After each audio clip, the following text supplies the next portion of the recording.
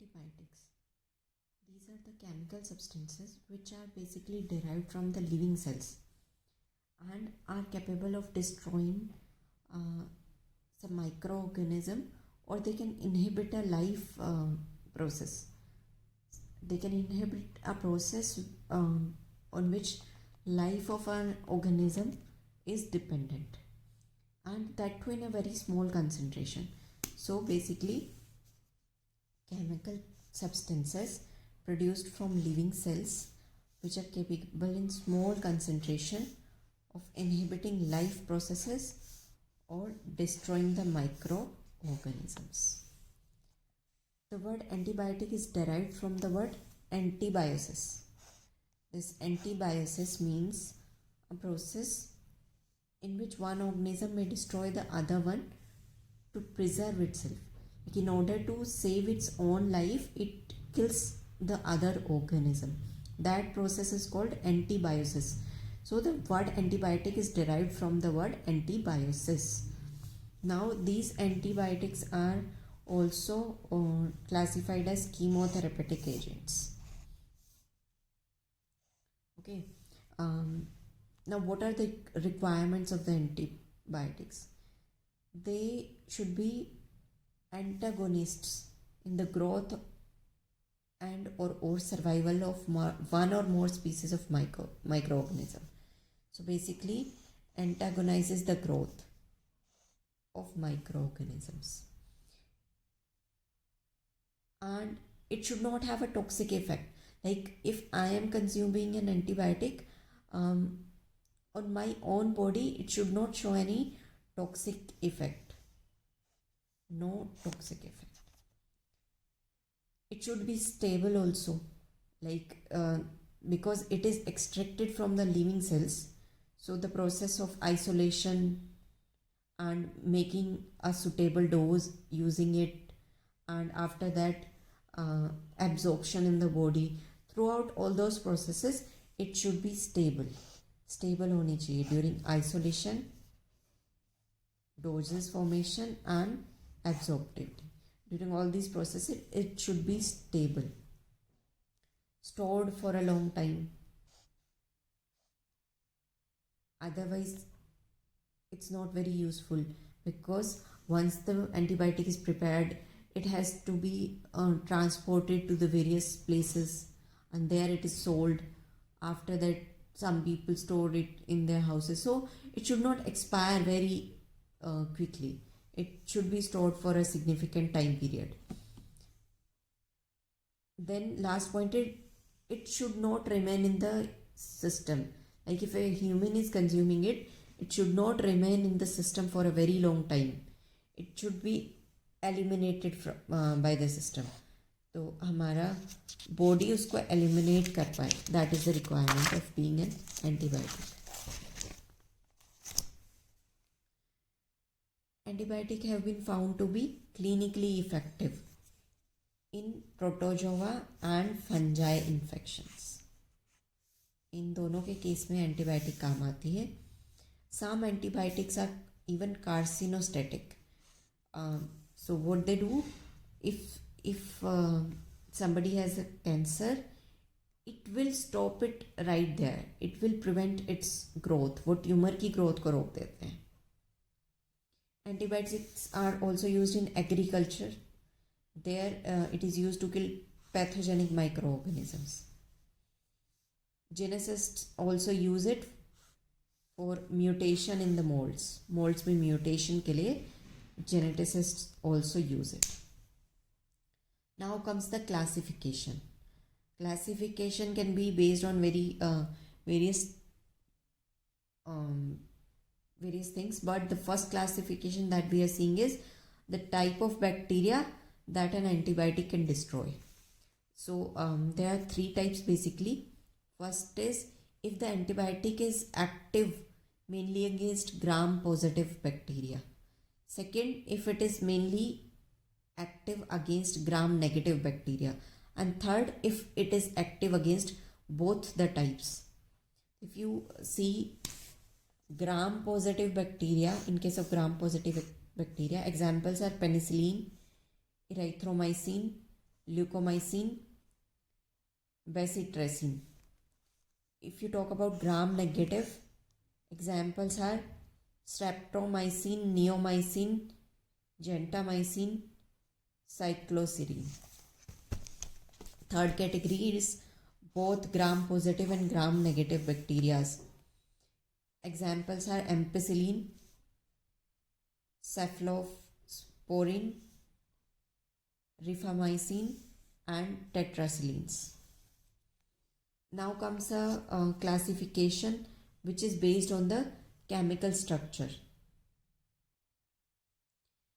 So basically in the classification based on chemical structure, each type will have some characteristic feature. कोई characteristic feature होगा हर किसी class का. So let's see. The first is beta-lactam antibiotics. So in case of beta-lactam antibiotics, beta-lactam ring is present, or you can say azitidinone. So this is the beta-lactam ring. It is fused with the thiazolidine ring. This is thiazolidine ring and this is beta-lactam ring. So these two rings are fused together. That is the characteristic feature of beta-lactam antibiotic. Penicillin was the first antibiotic that was isolated in this category. This is the structure of penicillin. It is found to be active against gram-positive microorganism and spirochetes. This category also includes different penicillin derivatives called penams, cephalosporins, cephams, monobactams, and carbapenems. So all these comes into the category of beta-lactam antibiotic. Second is aminoglycosides. Now aminoglycosides mainly contains a sugar molecule in the form of D-ribose or D-glucamine. Sugar molecule present होता है linked with the glycosidic linkage.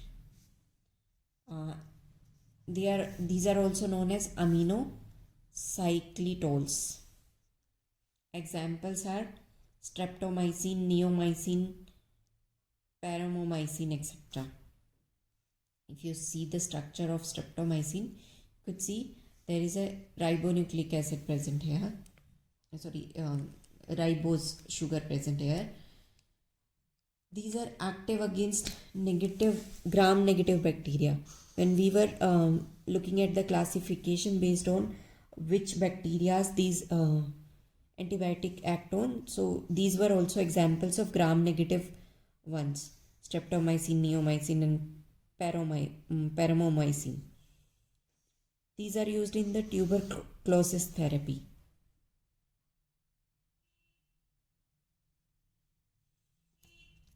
So this is the structure of streptomycin. A ribose sugar is present and glycosidic linkages are there.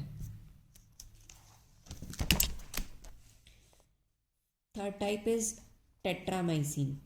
So basically tetracyclines.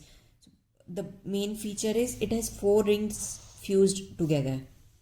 So if you have any antibiotic with this kind of 4 fused rings, that comes into the category of tetracyclines.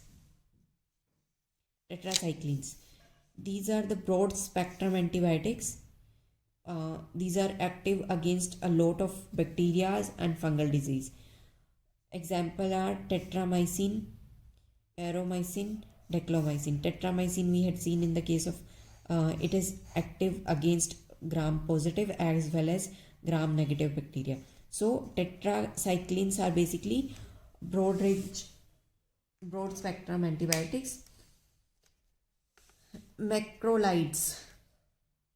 In case of macrolides, these have very large rings. So if they have 12 membered, 14 membered, 16 membered cyclic ring present in them, then those kind of antibiotics are called macrolides. This is the example of erythromycin.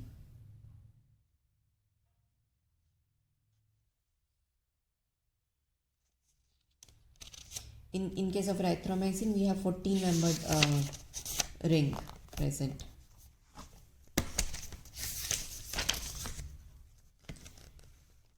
Macro rings is closed by a lactam ring. It is called as macrolide lactones. The rings are generally 12, 14 and 16 membered. Examples are rifamycin, erythromycin. So